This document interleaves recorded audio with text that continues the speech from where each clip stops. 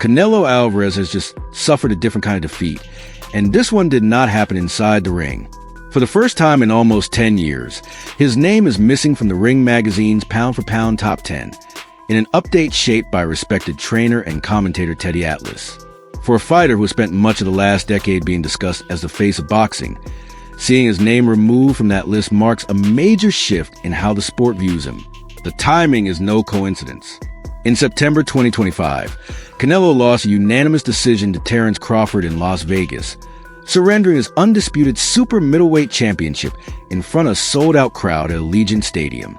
That loss followed an earlier defeat to Dimitri Bivol at light heavyweight and reinforced a question that has been quietly growing for several years.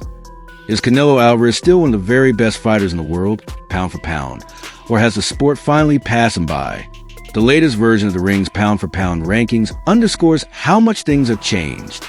Alexander Usyk sits at number 1, cementing his status as the current pound-for-pound king after conquering the heavyweight division on top of an already brilliant run at cruiserweight. Terence Crawford, now a 3-division undisputed champion after beating Canelo, is right behind him. Naoya Inoue, the Japanese star who has unified titles from super flyweight to super bantamweight, rounds out the top tier. Further down the top 10, emerging stars like Devin Haney and Juno Nakatani have secured their places among boxing's elite. The most striking detail is not who is on the list, but who is no longer there. Canelo, once the automatic pick near the very top, has been replaced. Haney's return to the top 10 after his win over Brian Norman Jr. effectively pushed Alvarez out of the conversation, at least for now. To fully understand how big this moment is, you have to look at Canelo's arc over the past decade. After his first professional loss to Floyd Mayweather Jr. in 2013, Alvarez rebuilt himself with remarkable discipline. He put together an unbeaten streak that lasted nearly 9 years, moving through multiple divisions and taking on high-level opposition along the way. Names like Miguel Cotto, Amir Khan, Sergey Kovalev, Daniel Jacobs, and of course, Gennady Golovkin all ended up on his resume. He captured titles at junior middleweight, super middleweight, and light heavyweight. By late 2019, the Ring magazine had him at number 1 pound for pound, and he stayed there from November 2019 until May 2022. During that stretch, Canelo's image was clear: a complete, adaptable fighter who could break you down to the body, slip shots in pocket, and walk opponents into heavy counters. His November 2021 stoppage of Caleb Plant to become undisputed super middleweight champion felt like the peak of that version of Alvarez. It was violent, controlled, and decisive. But even before he fought Crawford, cracks had started to appear. In May 2022, Canelo moved up to 175 pounds to face WBA light heavyweight champion Dimitri Bivol. What many expected to be another statement when turned into a tactical defeat. Bivol's jab, footwork, and discipline shut down a lot of Canelo's offense and exposed issues with his output and ability to adjust at higher weights. He lost by clear decision. While he returned to 168 pounds afterward and picked up wins, the aura around him changed. His last bout that ended inside the distance remained that 2021 stoppage of Plant. Since then, he had gone the full 12 rounds several times without truly dominating in the way fans were used to. Then came Terence Crawford. Moving up from welterweight all the way to super middleweight, Crawford was taking on a huge physical challenge. But he brought with him an undefeated record, southpaw and orthodox versatility, and one of the sharpest ring IQs in modern boxing. Many saw it as a legacy fight for both men.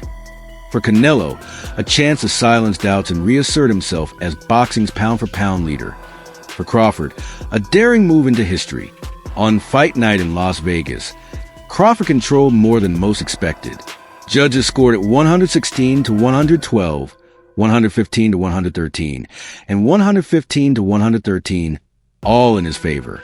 He beat Canelo to the punch, used angles and timing to neutralize Alvarez's counters, and finished the night as the undisputed super middleweight champion of the world. The Mexican star was never badly hurt, but he was also never in full command.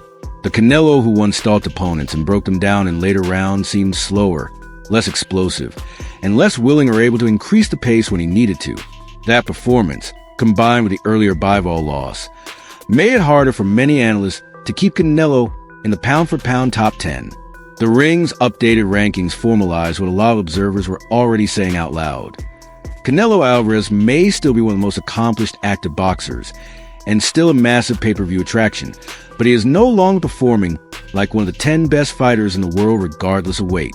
Teddy Atlas has been one of the loudest voices questioning Canelo's place in those all-time and pound-for-pound discussions.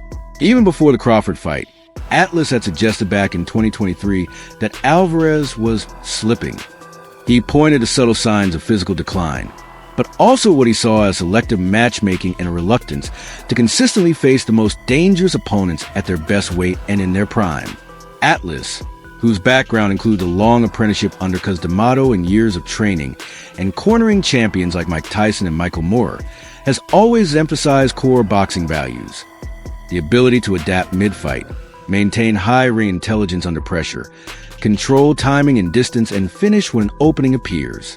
In his view, true pound-for-pound greats show those traits against a wide variety of styles, not just in carefully chosen spots. When Canelo was at his peak between 2018 and 2021, even Atlas acknowledged his skills and accomplishments. But as the performances became more uneven, the knockouts disappeared, and fights like Bivol and Crawford exposed defensive and offensive limitations, Atlas became more convinced that Canelo's place among the sport's absolute best was no longer justified. The latest rankings, where Alvarez is absent entirely from the top 10, show that this is no longer a minority opinion among serious boxing analysts. The bigger question now is whether this is a permanent slide or a temporary fall. At 35 years old, with more than 60 professional fights and countless rounds of sparring on his body, Canelo is deep into the second half of his career. He has had surgeries on his hand and dealt with knee issues. Those are not details you just wave away. The kind of explosive, compact power that allowed him to knock out champions at 154 and 160 pounds naturally fades over time, especially as you push your frame up into higher weight classes. From a technical standpoint, recent fights have shown a Canelo who relies more on single counters rather than sustained combinations. His feet are not as quick as they once were, and his head movement, while still good, is not as sharp over 12 rounds. Against elite opponents who can match or beat his timing and do not get intimidated by his reputation. That is a problem. Crawford exploited it. Bivol exploited it. At the pound-for-pound level, patterns like that matter. There is also the question of motivation. Canelo has already achieved more than most fighters could dream of. Titles in 4 divisions, an undisputed run at super middleweight, career-high paydays, and iron grip on a Mexican and Mexican-American fan base. Once you have reached that summit, it is not easy to stay as hungry or as consistently sharp, especially when younger, fresher fighters are coming up behind you. On the other hand, Canelo's resume still holds weight. Very few active fighters can point to a longer list of elite opponents faced and beaten. Even in the Crawford loss, he stayed competitive, showing toughness and composure. It is not as if he has suddenly become an average fighter. The gap is between being great and being the greatest right now. Pound-for-pound rankings are not lifetime achievement awards. They are snapshots of form based on recent performances and current ability. The new generation represented in the Ring's top 10, names like Devin Haney and Juno Nakatani, are there because they are winning big fights in their prime against top opposition and doing it convincingly. Haney's return to the list after beating Brian Norman Jr. is a clear example. He has moved up in weight, faced dangerous punchers, and still managed to adapt his style and keep winning. For panelists and analysts, that kind of active, current excellence simply carries more weight in 2025 than Canelo's past run of dominance. Fans, especially in Mexico, have reacted strongly to Canelo's exclusion. Some see it as disrespectful toward a national icon who has carried the sport on his back. They argue that a couple of losses against elite opponents should not erase nearly a decade of top-level success. Others, however, are more pragmatic. They point out that every great eventually declines, and that continuing to rank Canelo as top 10 pound for pound will be more about nostalgia and marketability than about what is actually happening in the ring. The move by the Ring and the commentary from Teddy Atlas have effectively forced the conversation. Where does Canelo go from here? If he wants to regain that pound-for-pound status, the path is clear but difficult. He has to keep facing dangerous opponents, win convincingly, and show that he can adjust his style to fit his current physical tools instead of chasing the version of himself from 2019. There are still big potential fights at 168 pounds and possibly at 160 if he could safely make the weight again. Showdowns with younger contenders and punchers would answer questions about his durability and desire. A rematch with Crawford, while politically and physically complex, would be a chance to rewrite at least part of the recent narrative. Or Canelo could choose a different route, focusing less on rankings and more on legacy fights and paydays that close his career on his own terms. One thing is certain. Even without a place in the pound-for-pound top 10, Canelo Alvarez remains one of boxing's most important figures. His removal from that list does not mean he is finished. It does, however, signal the end of an era in which his name automatically belonged at the very top whenever fans and experts debated who was the best fighter in the world. For Teddy Atlas and those who share his view, this change in status is simply boxing catching up to reality.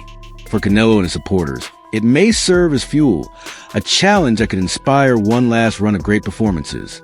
How he responds, in and out of the ring, will determine whether this is remembered as the beginning of his fade from elite or as the moment that pushed him to evolve once more. Right now, the pound-for-pound conversation belongs to Usyk, Crawford, Inoue, and the rising generation like Haney and Nakatani. Canelo Alvarez is on the outside looking in, something that would have seemed unthinkable not long ago. In a sport where timing is everything, the question is no longer who Canelo was, but who he still is, and whether he can adapt fast enough to prove that he belongs among the best in boxing once again.